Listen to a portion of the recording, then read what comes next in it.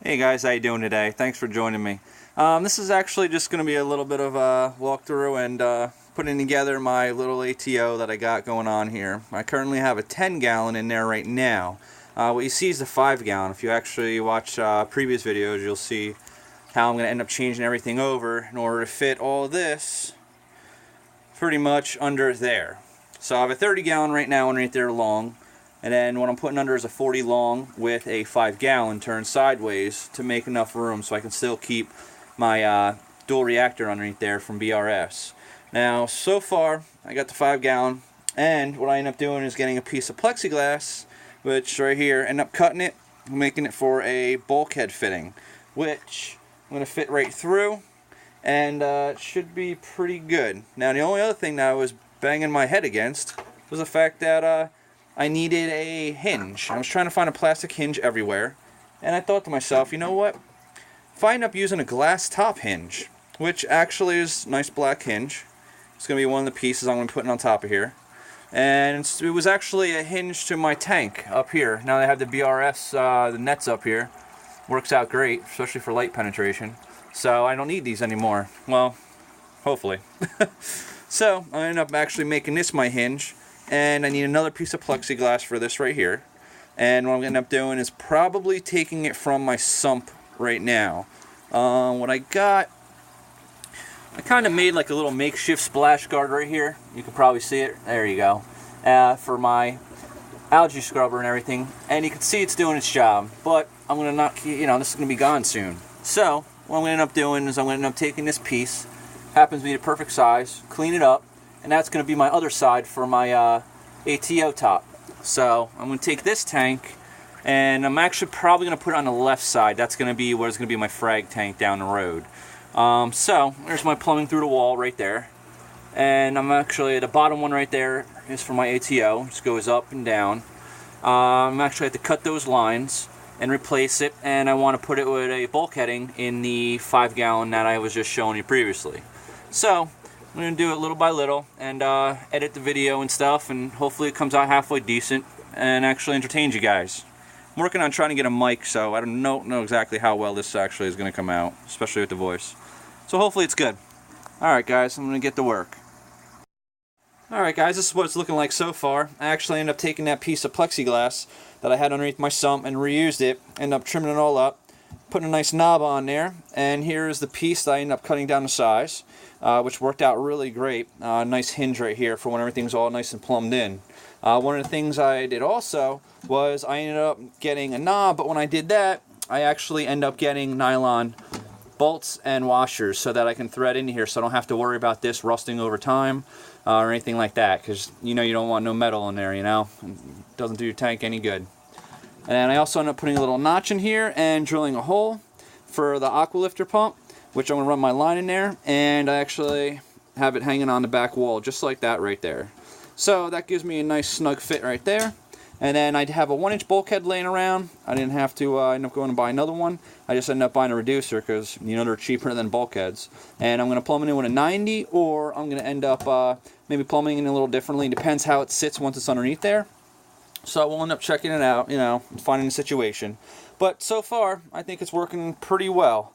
So I had great access, for it when I need it. And, if to clean anything out, anything gets in there. And I'm going to put a little weight in the bottom. I'm going to do that with some epoxy. And we'll see how that works. And then we're going to end up replacing this. So that's going to be the next section you're probably going to end up seeing. And now comes the fun part. Or the part that scares the hell out of you the most. And that is cutting up your plumbing. Alright guys, so far I actually ended up cutting on the plumbing. I was able to get the 10-gallon tank out. And so far this is what it's looking like. I'm trying to fit right here before I even think about hard plumbing everything. I'm going to also make sure the tank's all rinsed out. But I'm actually lining up pretty good. I'm still debating if I just want to come straight in like that, or if I want to move it back over. Unfortunately, this right here is the marks of where the new sump's going to go, to 40 long. So I definitely don't want to come past that, because it's going to take, pretty much a good space away from over there, because I kind of like how my dual canisters are over there. You can see the line where it's supposed to end, which is the last line, just where the tank is right now.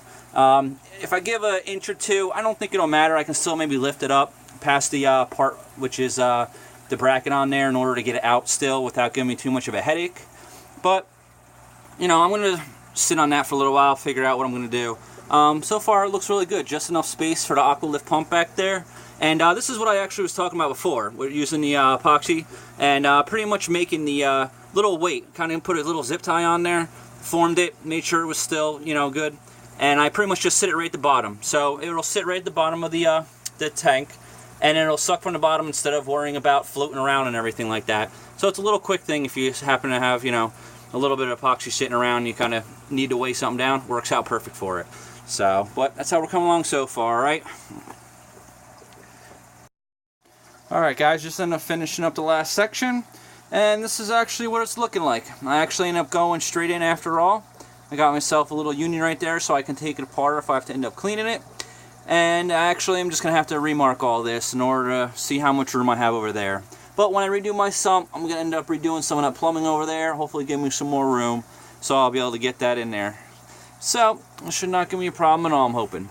But, nice clean drop. I got the union like I was saying. The other thing I didn't do though is I didn't glue this directly into it, so I can pull this whole piece out if I want. So it's not pressurized, you know, it's just pretty much gravity fed with the water. Got my little Aqualifter pump right there, and did some temporary zip tying right there just to get it in there, you know, for my top off. Just, you know, just for the time being until I get around to obviously my sump that I'm working on there. But nice easy open. So I'm going to feed some water through, and we're going to see how it is. Also, there's my little epoxy weight right there for the hose, so it stays at the bottom. Alright, so let me head over there now. Let me see if I could feed some water in. Take a look at it. Alright, let's go here. Here we are. Should be straight line feeding. There we go. It's doing pretty nice. No problems. I'll end up having to check for leaks in the back. Make sure that the union's nice and tight. But so far so good. So I'm pretty happy with it. And it'll definitely give me the space I need for my sump. And also, you know, this should last me hopefully 3 days. I'm going to end up filling it up, checking to see how long it lasts, and then we'll take it from there.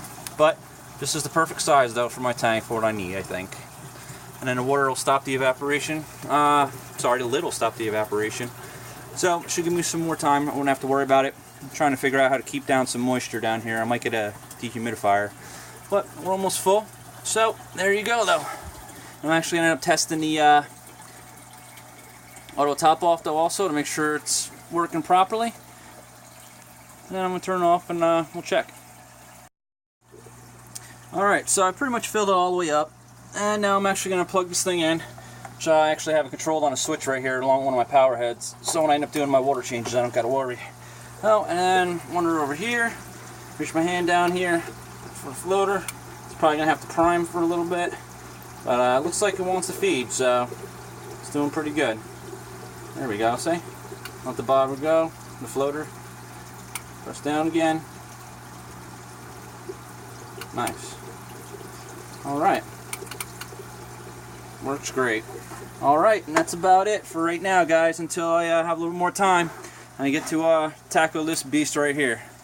So thanks for watching, guys. I appreciate it. And please check in. And hopefully I'll be doing this shortly.